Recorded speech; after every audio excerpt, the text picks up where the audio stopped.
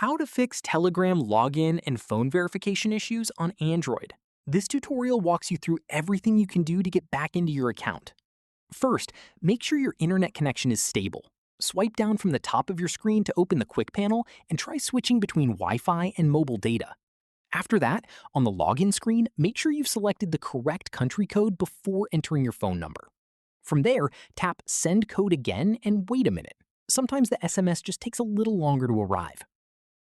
Next up, if you're still not receiving anything, check if your phone number is capable of receiving SMS from international numbers. Some carriers block these by default. Moving on, close Telegram completely by swiping it away from your recent apps. Then long press the Telegram icon and tap App Info. From here, tap on Storage and then tap Clear Cache. After that, go back to App Info and tap Force Stop. Then tap OK to confirm before reopening the app. Following this, open the Play Store, search for Telegram, and install any available update. Outdated versions can sometimes cause verification issues.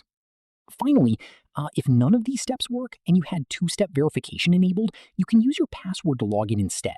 And if the problem persists, reach out to Telegram support directly at telegram.org/support. Hope this helped you get back into your account.